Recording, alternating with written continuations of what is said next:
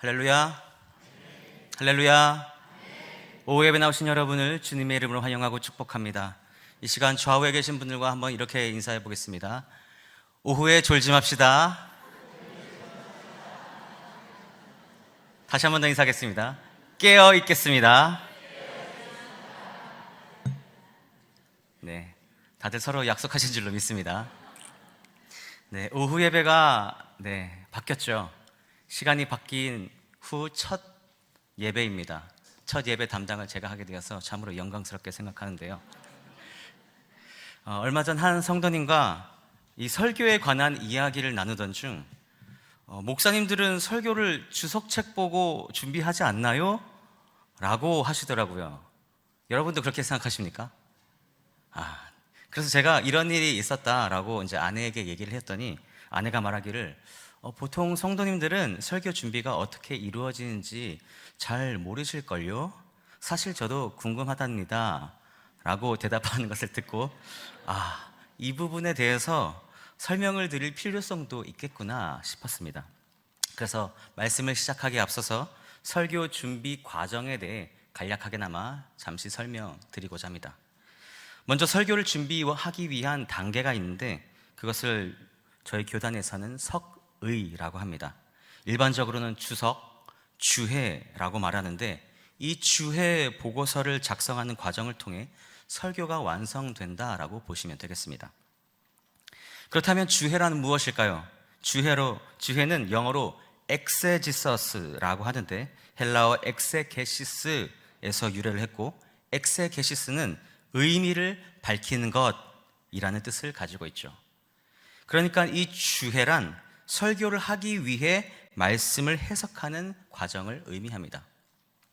그러므로 설교자가 정상적인 신학대학원을 졸업했다면 설교를 준비할 때 이 과정을 반드시 거치게 됩니다. 자, 그러면 이 주회 과정은 어떻게 진행되는지도 간단하게 살펴볼까요? 먼저 서론에서는 왜 혹은 어떻게 이 본문을 선정하게 되는지를 작성합니다. 그 다음 본문 번역을 하게 되는데요. 본문 번역은 어떻게 이루어지는지 다음 화면을 보겠습니다. 이렇게 원문을 분석하여 직역을 하는 것을 가장 기본적이고 핵심적인 원칙으로 삼습니다. 그래서 히브리어와 헬라어를 공부하는 이유가 바로 여기에 있는 것이죠. 그러나 다소 우리말에 있어서는 어색한 표현들이 등장하기 때문에 여기에서 최대한 그 의미를 퇴색하지 않는 선에서 매끄럽게 다듬어서 번역을 하게 되죠. 지금 보시는 이 구절은 오늘 본문 창세기 22장 1절부터 3절까지의 히브리어 원문을 제가 번역한 내용입니다. 계속해서 주회 과정을 살펴볼까요? 세 번째 단계에서는 본문의 장르, 즉 문학이 무엇인지를 파악하고 본문의 역사적, 문화적, 그리고 지리적 배경을 조사합니다. 다섯 번째로는 본문의 이전과 이후의 문맥을 살펴 본문을 이해하는 데 그 실마리를 찾아내고 어떤 역할을 하는지 알아냅니다. 그 다음에는 본문의 구조와 구성을 양식을 조사한 후에 그 양식과 구조에 따른 해석을 합니다. 여기서 각 단락에 대한 주제를 제시하고 중요한 단어의 그 의미를 분석을 합니다. 이러한 과정을 통해 저자가 의도한 뜻을 파악해냅니다. 그리고 나서 결론을 정리하고 저자의 의도에 맞게 당시의 독자들에 대한 적용과 교훈, 그리고 현재 독자들에 대한 적용과 교훈을 합니다. 결론 이후에 신학적으로 다루어야 할 주제들이 있다면 그것에 대해 다룸으로써 주회 과정을 마치게 되죠. 그런 다음 마지막으로 이러한 과정을 전부 다 거친 다음에 작성한 주회 보고서를 토대로 최종적으로 설교문을 작성하게 됩니다. 논문을 써보신 분들은 알겠지만 논문을 쓰게 되면 정말 엄청난 이 심리적 압박과 더불어서 시간에 쫓겨 잠도 못 자면서 피가 마른 듯한 엄청난 고통을 감내해야 하는 일이자 인고의 시간인데요. 마치 설교를 준비하는 것은 매주 논문까지는 아니더라도 소논문을 쓰는 행위와 비슷하다라고 저는 표현하고 싶습니다. 그럼에도 불구하고 우리가 빼먹지 말아야 할 과정이 있죠. 그것이 무엇일까요? 맞습니다. 바로 기도입니다. 왜냐하면 하나님께서 은혜를 부어주시지 않는다면 그 설교는 곧 내가 하는 설교가 되기 때문이죠. 그래서 의사 출신이자 영국의 위대한 설교자 마틴 로이드 존스 목사님은 설교는 불타는 논리이다. 그것은 논리적이어야 하고 성령으로 불타올라야 한다 라고 말하며 최선을 다해 성경 본문을 연구하고 설교 준비를 하되 성령의 인도하심을 반드시 구해야 한다는 사실을 강조했습니다. 이렇게 강대상에서 선포되는 설교가 그저 쉽게 나온 것이 아님을 알아주시기를 부탁드리며 매주 말씀을 선포하시는 담임 목사님을 위해서도 열심히 기도해 주시기 바랍니다. 그리고 소망하기는 앞으로 설교를 들으실 때 하나라도 놓치지 않겠다라는 그 심정으로 집중해서 들으시기를 바라며 그 말씀을 통해 하나님께서 부어주신 그 은혜를 갑절로 받으시기를 우리 예수님의 이름으로 간절히 축복합니다. 자, 그러면 지금부터 이러한 과정을 통해 완성된 하나님의 말씀을 함께 나누게 될 텐데요. 잘 들을 준비가 되셨나요? 네, 좋습니다. 현재 우리 교회는 리딩 지저스로 성경을 읽고 있으며 지난주까지는 출애굽기 그리고 이번 주부터는 레위기를 읽게 되죠. 그런데 사실 고백을 한 가지 하자면 저는 아직 창세기 22장에서 머물고 있습니다. 왜냐하면 작년부터 시작해 최근까지 개인적으로 여러 가지 일들을 겪으며 시험에 빠져 있는 상태이기 때문입니다. 그래서 성경을 읽기가 너무나도 힘듭니다. 그러나 오늘 말씀을 준비하며 하나님께서 허락하신 모든 환경과 또 여건들, 그리고 특별히 건강과 생명이 하나도 나의 것이 아님을 다시금 깨닫게 되었습니다. 여러분도 그럴 때가 있지 않으십니까? 낙심하게 되면 기도도 안 되고 목사님 설교도 귀에 들어오지 않고 말씀 보는 것이 정말 너무나도 힘이 듭니다. 이렇게 우리가 성도로서 이 세상을 살다 보면 가정에서 또 직장에서 그리고 일터에서 그리고 사람들과의 그 관계를 통해 수많은 시험과 난관에 봉착을 하게 됨을 느낍니다. 무엇보다 사단마귀가 주는 시험, 즉 템테이션, 시험과 유혹으로 인해 이 세상에서 믿음을 지키기가 참 쉽지 않음을 우리는 너무나도 잘 알고 있습니다. 그런데 이러한 시험뿐만 아니라 특별히 하나님께서는 때때로 우리의 믿음을 확인하시기 위해 드러내기 위한 검증, 즉 시험, 테스트를 허락하기도 하신다는 사실이죠. 오늘 오전에도 담임 목사님께서 말씀하셨듯이 그렇지 않아도 힘든 이 광야 생활에서 또다시 쓴물이라는 시험을 주실 때 다시 말해 엎친 데 덮친 격으로 우리가 힘들어지는 경우도 있지만 이 과정을 통해 단순히 우리가 인내심을 기르기를 원하지는 않으십니다. 내가 광야를 지나는 동안 하나님을 더 깊이 경험하고 그 상황 가운데서도 나는 너와 함께 하고 있다라는 이 동행하심을, 이 임마누엘을, 이 엘림을 하나님께서는 깨닫기를 원하시는 줄로 믿습니다. 무엇보다 그리할 때 성도에게는 마침내 참된 평안과 또 행복 그리고 회복, 무엇보다 쉼을 공급받게 된다는 사실을 믿으시기 바랍니다. 그러므로 바라기는 오늘 이 본문 말씀을 통해서도 하나님께서 당신의 백성들에게 말씀하고자 하시는 바가 무엇인지를 깨닫는 저와 여러분이 되시기를 간절히 축원합니다. 오늘 읽은 우리가 이 22장은 우리가 너무나도 잘 알고 있는 내용이죠. 하나님께서 아브라함에게 아들 이삭을 바치라는 내용이지 않습니까? 그래서 아마도 뻔하게 내용이 전개된다고 생각을 하고 이미 결론을 예상하는 분들도 있으시리라 생각됩니다. 그런데 사실 그러한 마음으로 설교를 듣는 자세는 매우 위험합니다. 왜냐하면 그러한 태도는 하나님의 말씀을 내가 이미 판단하는 꼴이 되기 때문이죠. 그렇기 때문에 오늘 하나님께서 나에게 어떠한 말씀을 주실까? 오늘 나에게 어떤 은혜를 부어주실까? 라는 기대로 들으신다면 분명 유익이 될 줄로 믿습니다. 자, 먼저 창세기 12장에서부터 출발해 보겠습니다. 1절부터 3절까지의 말씀을 같이 읽어보실까요? 시작. 여호와께서 아브라함에게 이르시되 너는 너의 고향과 친척과 아버지의 집을 떠나 내가 내게 보여줄 땅으로 가라. 내가 너로 큰 민족을 이루고 내게 복을 주어 내 이름을 창대하게 하리니 너는 복이 될지라. 너를 축복하는 자에게는 내가 복을 내리고 너를 저주하는 자에게는 내가 저주하리니 땅의 모든 족속이 너로 말미암아 복을 얻을 것이라 하신지라. 아멘. 하나님께서 아브라함을 처음 불러내셨을 때 그와 언약을 맺어주셨죠. 자손을 번성케 해주고 만민이 너로 인해 복을 받을 것이다 라는 약속이었습니다. 그리고 이후에 하나님의 인도하심을 지속적으로 경험하던 아브라함은 21장 1절과 2절을 보니 하나님께서 말씀하신 대로 늙은 자신에게 아들을 주셨습니다.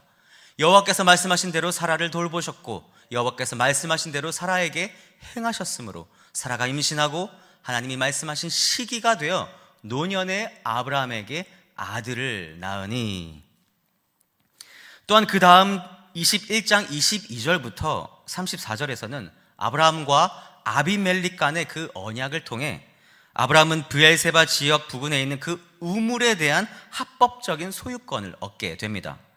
목자에게는 자신의 양들에게 물을 자유롭게 구해주는 것이 절대적이었기 때문에 이 사건은 아브라함에게 매우 중요한 공급책이었죠. 무엇보다 이 사건으로 인해 아브라함은 가나안 땅에 정착할 수 있는 첫 발판이 되었고, 이것은 하나님께서 아브라함에게 약속하셨던 땅과 물질적인 그 번성에 대한 성취의 시작이라고 할 수 있습니다. 뿐만 아니라 하나님께서 큰 민족을 이루어 주시겠다라고 한 그 백성, 다시 말해 자손에 대한 약속을 조직적으로 완성해 나가는 단계라고 할 수 있죠. 그렇게 아브라함은 하나님의 신실한 약속을 한 걸음 한 걸음씩 경험해 나아가며 이 자리까지 오게 된 시점에서 지금 우리가 읽은 22장을 맞이하게 됩니다. 그렇다면 1절부터 구체적으로 살펴보도록 하겠습니다. 그 일 후에 하나님이 아브라함을 시험하시려고 그를 부르시되 아브라함 하시니 그가 이르되 내가 여기 있나이다.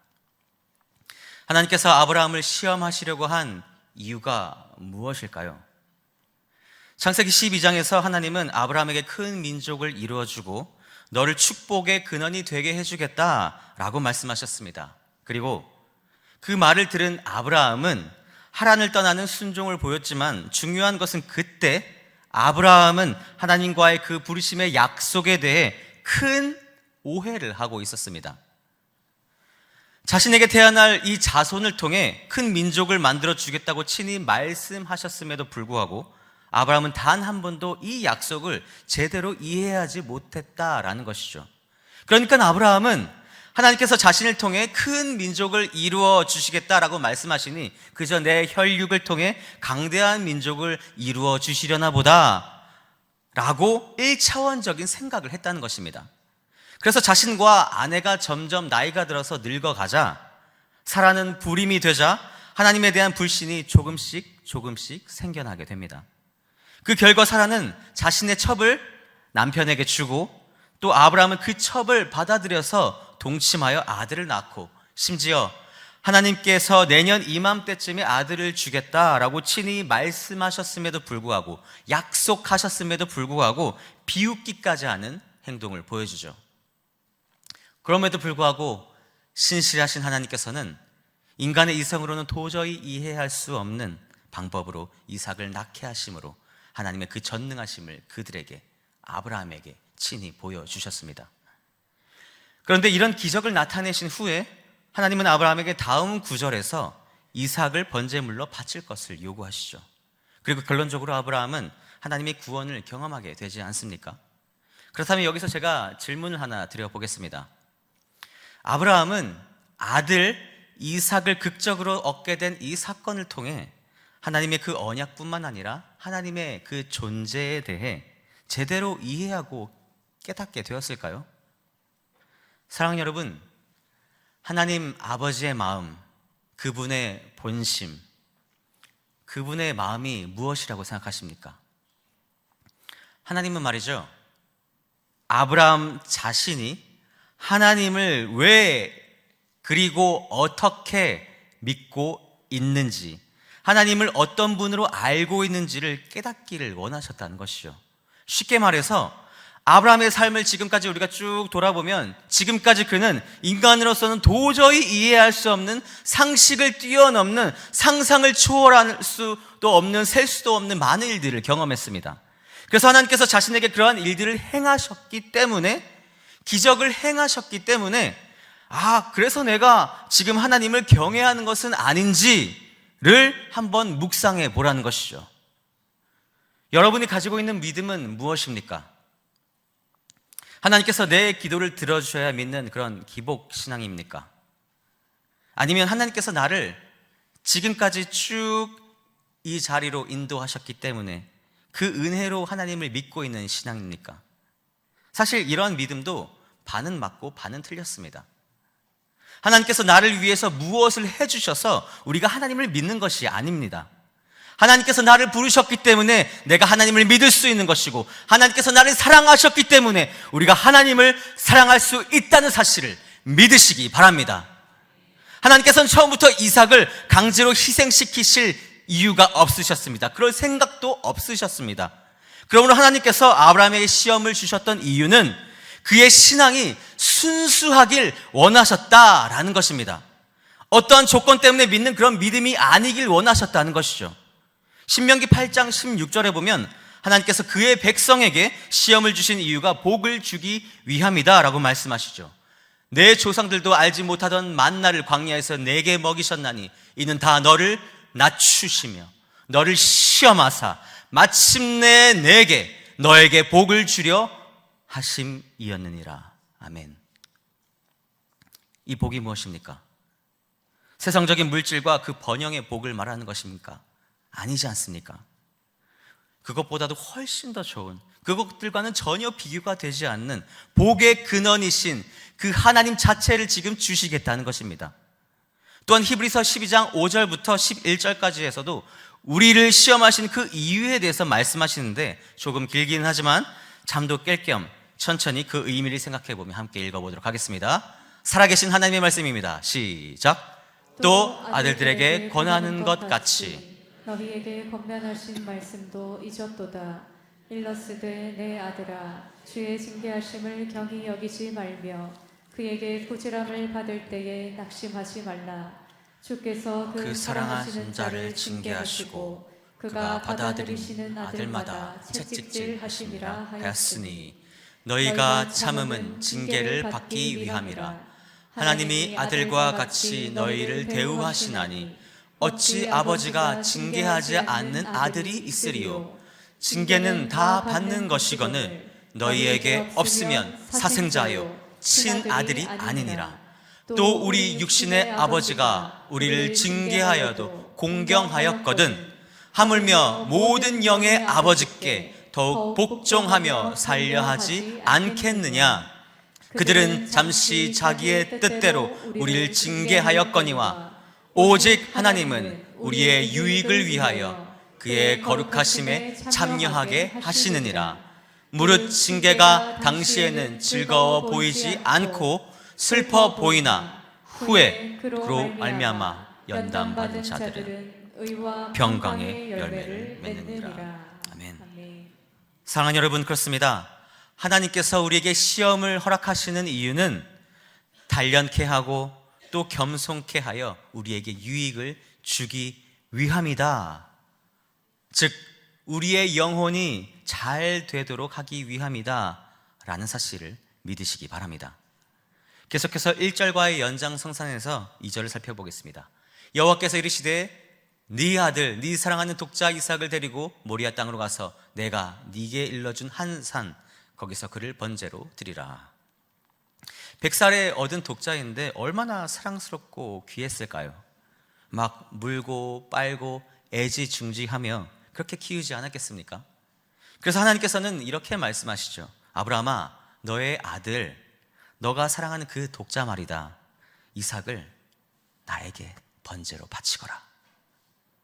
아브라함은 여기서 엄청난 갈등이 분명 있었을 것입니다. 여러분이 만약 아브라함이었다면 어떠하실 것 같으십니까? 저 같아도 엄청나게 갈등했을 것 같습니다. 마찬가지로 아브라함은 지금 마음 가운데 다음과 같은 충돌들이 크게 일어나고 있었을 것입니다. 내가 가장 사랑하는 것을 바치라니 정말 하나님 너무하시다.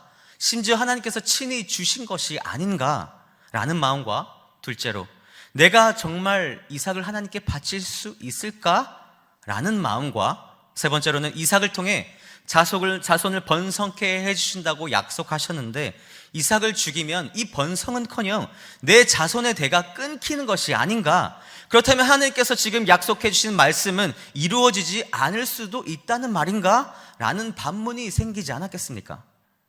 확신하건대 아브라함은 밤새 이 갈등으로 인해 한숨도 못 잤을 것입니다.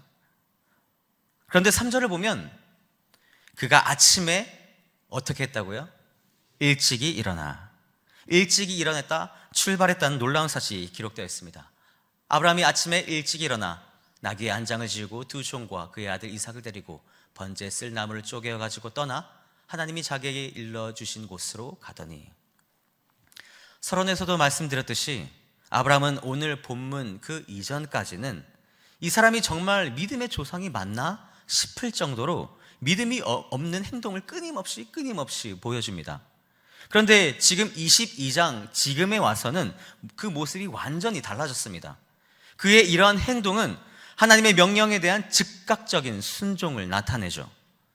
시작이 반이라는 말이 있듯이 우리가 하나님의 말씀에 대해 비록 이해가 가지 않더라도 일단 즉각적으로 순종하는 반응을 보인다면 우리는 하나님께서 주시는 시험을 그 통과하는 데 있어 절반 이상의 효과를 거둘 수 있지 않겠습니까?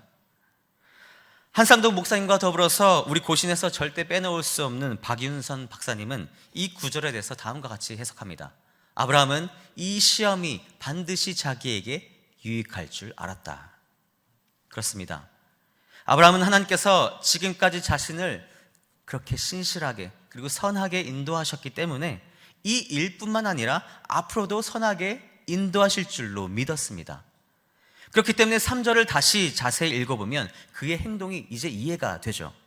아브라함이 아침에 일찍 일어나 나귀의 안장을 지우고 두 종과 그의 아들 이삭을 데리고 번제에 쓸 나무를 쪼개어 가지고 떠나 하나님이 자기에게 일러준 곳으로 가더니, 번제를 죽이고 태우려면 나무와 또 불과 칼이 필요합니다.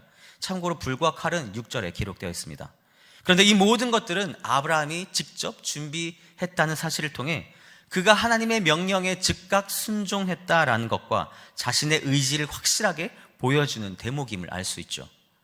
사랑하는 여러분, 하나님은 하나님의 말씀에 대해 즉각적으로 순종하려는 자를 찾으십니다. 여러분은 그 하나님의 말씀에 즉각적으로 순종하려는 의지를 가지고 있습니까? 만약 그렇지 못하다면 저를 포함해 그분들은 아직도 하나님께서 나를 선하게 인도해 주실 분, 나를 선하게 인도해 주실 분이라는 이 사실을 온전히 믿지 못하는 것입니다. 하지만 그렇다고 너무 낙담하지 마시기 바랍니다. 왜냐하면 아직까지 우리는 22장까지는 가지 못했을 뿐 12장부터 21장 그 사이 어딘가에 현재 광야의 길을 걷고 있는 중이며 하나님께서는 지금도 여전히 우리와 함께 계시고 있기 때문인 줄로 믿습니다. 계속해서 4절입니다. 제3일에 아브라함이 눈을 들어 그것을 멀리 바라본지라. 제3일에, 성경에서 이 3일의 기간은 매우 중요한 의미가 있죠. 구약에서 3은 거룩한 완전수이며 완성의 그 숫자로서 처음과 중간과 끝, 연합과 협력과 승인의 그 뜻이 있습니다.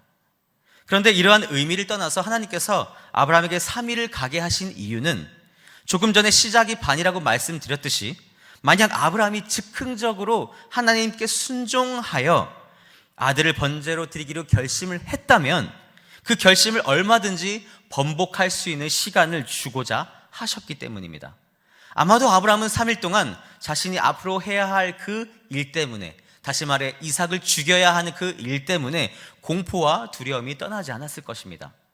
또한 그 시간 동안 하나님께서 나에게 주신 그 언약의 약속이 무산되는 것은 아닌지에 대한 걱정과 혼란이 있었겠죠. 그럼에도 불구하고 하나님께서 이 3일이라는 시간을 주신 그 목적은 아브라함이 혹시나 즉흥적인 순종에서 시작했다 할지라도 그 순종이 확실한 결단으로의 자리까지 나아가기를 원하셨다라는 것이죠. 이어서 다음 5절을 함께 읽어보겠습니다. 시작. 이에 아브라함이 종들에게 이르되 너희는 나귀와 함께 여기서 기다리라. 내가 아이와 함께 저기 가서 예배하고 우리가 너희에게로 돌아오리라 하고. 노란색 부분 가서 예배하고 우리가 너희에게로 돌아오리라를 잘 기억해 주시기 바랍니다. 아브라함이 이삭을 자신이 그 아들이라고 부르지 않고 뭐라고 부르고 있죠? 아이라고 부르고 있습니다. 아이라고 부르는 이유가 그냥 자신이 초연해지려는 애씀의 노력이었을까요? 영국의 개혁주의 구약 학자이자 오늘날 가장 훌륭한 복음주의 주석가 중 한 명이라고 불리는 고든 웬함은 이 구절에 대해서 이렇게 해석합니다. 아브라함은 이미 정신적으로 이삭을 하나님께 드렸으며 어떤 의미에서 이삭은 더 이상 그의 아들이 아닌 것으로 생각하였을 것이다. 하지만 우리는 이 부분보다 이어서 아브라함이 그 종들에게 가서 예배하고 우리가 너희에게로 돌아오리라 라고 한 말에 주목할 필요가 있습니다. 왜냐하면 히브리서 기자는 11장 17절, 18절, 19절에서 아브라함이 뱉어낸 이 말에 대해 하나님이 이삭을 다시 살리실 수 있다라는 그 아브라함의 신앙을 강력하게 보여주는 것으로 이해하기 때문이죠. 우리 같이 읽어보실까요? 시작. 아브라함은 시험을 받을 때 믿음으로 이삭을 드렸으니 그는 약속들을 받은 자로 돼 그 외아들을 드렸느니라. 그에게 이미 말씀하시기를 내 자손이라 칭할 자는 이삭으로 말미암으리라 하셨으니 그가 하나님이 능히 이삭을 죽은 자 가운데서 다시 살리실 줄로 생각한지라. 비유컨대 그를 죽은 자 가운데서 도로 받은 것이니라. 아멘. 그러므로 아브라함은 욥기 1장 21절에서 욥이 말했던 주신 이도 여호와시오 거두신 이도 여호와십니다 라는 이 고백을 뛰어넘는 주신 이도 여호와요 거두신 이도 여호와시며 돌려주신 이도 여호와십니다 로까지 나아가는 그 생명의 주관자 되신 하나님을 고백했다는 사실을 믿으시기 바랍니다. 다음으로는 6절은 3절과 연결된 내용이니 넘어가도록 하고 7절을 보실까요? 함께 읽습니다. 시작. 이삭이 그 아버지 아브라함에게 말하여 이르되 내 아버지여 하니 그가 이르되 내 아들아 내가 여기 있노라. 이삭이 이르되 불과 나무는 있거니와 번제할 어린 양은 어디 있나이까. 아멘. 내 아버지여.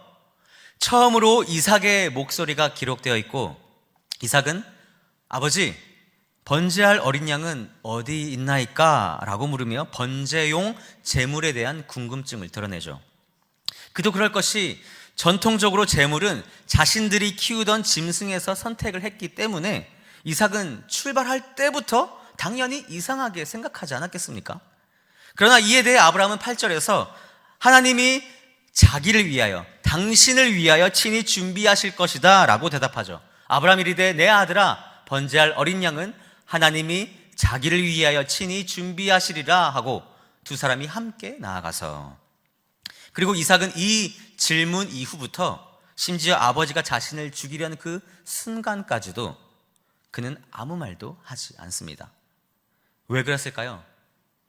아브라함이 하나님을 신뢰하듯 이삭 또한 아브라함 아버지를 신뢰했기 때문입니다. 그렇기 때문에 9절에서 기록된 그의 행동이 이제 가능했던 것 아니겠습니까? 하나님이 그에게 일러주신 곳에 이른지라 이에 아브라함이 그곳에 제단을 쌓고 나무를 버려놓고 그의 아들 이삭을 결박하여 제단 나무 위에 놓고. 이삭은 충분히 저항할 만한 힘이 있는 나이였기 때문에 아브라함이 쉽게 이삭을 제단 위에 올려놓을 수 없습니다. 그러므로 이삭은 자원해서 자신을 복종시켰던 것이고 반대로 아브라함은 이삭을 포박하기 위한 어떠한 힘도 사용하지 않았다는 것이죠. 이삭에 관해 드리고 싶을 말씀은 많지만 창세기 22장의 관심은 이 주제는 하나님의 시험의 대상인 아브라함에게 있기 때문에 7절과 8절 그리고 9절은 이 정도로만 살펴보고 넘어가겠습니다. 자, 이쯤에서 점심도 맛있게 드셨겠다, 졸음도 슬금슬금 오시는 것 같아서 잠시 잠을 깨어보는 시간을 가지도록 하겠습니다. 화면에 나온 대로 그림을 따라 먼저 목 스트레칭을 해보도록 하겠습니다. 네, 위로 쭉 올려주시고요, 또 아래로 당겨주시고 좌우로 이렇게 번갈아 가면서 스트레칭을 해주시고요. 목 스트레칭을 했다면 이제 등과 배 스트레칭을 해보도록 하겠습니다. 그림을 따라서 등을 쭉 펴주시고 한번 이렇게 구부려 주시고 다시 한 번 더 쭉 펴주시고 마지막으로는 기지개를 쭉 펴보겠습니다. 네. 오른쪽 왼쪽으로 왔다 갔다 한 번씩만 해볼까요? 네, 좋습니다. 잠 다 깨셨죠? 네, 좋습니다. 계속해서 10절과 11절을 함께 읽어보며 말씀에 집중해 보겠습니다. 살아계신 하나님의 말씀입니다. 시작. 손을 내밀어 칼을 잡고 그 아들을 잡으려 하니 여호와의 사자가 하늘에서부터 그를 불러 이르시되 아브라함아 아브라함아 하시는지라. 아브라함이 이르되 내가 여기 있나이다. 아멘. 10절은 사실상 아브라함의 그 시험의 절정, 클라이막스에 해당되는 부분이라고 할 수 있죠. 아브라함이 손을 뻗어 칼을 취하여 제단에 누워있는 아들 이삭을 죽이려 하자 그때 하늘로부터 급히 아브라함을 부르는 목소리가 들려옵니다. 이름의 이 반복에서도 드러나듯 긴급함을 나타내죠. 그래서 이 구절을 읽으실 때는 앞으로는 아브라함아 아브라함아가 아니라 아브라함아 아브라함아 이렇게 읽으시기 바랍니다. 굉장히 긴급한 순간입니다. 그리고 12절에서 이제 내가 이제야 너가 하나님을 경외한 줄 아노라 라고 말씀하십니다. 사자가 이르시되 그 아이에게 손을 대지 말라, 그에게 아무 일도 하지 말라, 네가 네 아들 독자까지도 내게 아끼지 아니하였으니 내가 이제야 너가 하나님을 경외한 줄 아노라. 그런데 여기서 질문이 하나 생겨나게 됩니다. 그렇다면 아브라함이 그 이전에는 하나님을 경외하지 않았다는 말일까요? 그렇지는 않습니다. 아브라함은 하나님의 그 말씀에 따라 고향과 친척과 심지어 아버지의 집을 떠날 때부터 시작하여서 지금까지 하나님을 두려워했던 사람이었습니다. 그럼에도 불구하고 하나님이 아브라함을 시험하신 그 이유가 그가 하나님을 두려워한지에 대한 그 여부를 알기 위함이었다고 말씀하시죠. 그렇다면 하나님은 도대체 왜 아브라함의 그 어떤 부분에 대해서 의문을 가지셨던 것일까라는 의문이 생깁니다. 그 해답은 하나님이 아브라함에게 하신 말에서 힌트를 얻을 수 있습니다. 화면을 보실까요? 2절, 너의 독자, 너가 사랑하는 독자, 너의 그 아들. 12절, 너의 아들, 너 독자. 16절, 너의 아들, 그 너의 독자. 22장에서 하나님은 아브라함에게 이삭을 그의 유일한 아들이라고 무려 3번이나 반복해서 말씀하고 계시죠. 아까 3의 의미를 말씀드렸습니다. 이삭이 독생자라는 사실과 더불어서 큰 민족을 이루어 주겠다라는 그 약속의 문제를 가지고 하나님이 아브라함을 시험하신 그 근본적인 이유는 사실상 지금 21장까지는 아브라함이 하나님의 약속의 내용을 신뢰하지 못했기 때문입니다. 아브라함은 큰 민족을 이루어 주시겠다라는 그 하나님의 말씀을 잘못 이해하여 조카 롯을 그의 후사로 생각한 나머지 아내 사라를 2번씩이나 누이라고 속였으며 바로와 아벨렉에게 빼앗기기도 했죠. 그리고 롯이 그의 곁을 떠나게 되자 그는 자신의 신실한 종 엘리에셀을 양자로 삼으려 했을 뿐만 아니라 자신의 아내 사라의 여종 하갈을 통해 이스마엘을 낳았습니다. 또한 하나님이 사라를 통해 태어날 그의 후손이다 라고 말씀하셨을 때, 너는 후사가 분명히 있다라고 말씀하셨을 때에도 아브라함은 하나님을 온전히 믿지 못하고 이스마엘이나 하나님 앞에서 살기를 원합니다 라고 변명을 늘어놓습니다. 심지어 이삭이 태어났을 때조차도 아브라함은 이스마엘에게 집착하는 모습을 보이기까지 하죠. 이렇게 아브라함은 이 자손의 문제, 자식의 문제만큼에 있어서는 매우 일관되게 하나님을 경외하는 모습과는 완전히 정반대되는 행동을 지금 보여주고 있다는 사실입니다. 그래서 이제 롯과 이스마엘이 모두 심지어 자신의 종 엘리에셀도 구속사의 무대에서 떠난 이 시점에서 하나님은 드디어 아브라함에게 큰 민족을 이루어 주겠다라고 한 약속을 아브라함이 어떻게 지금 신뢰하며 경외한지를 확인해 볼 수 있는 적절한 시기였다는 것이죠.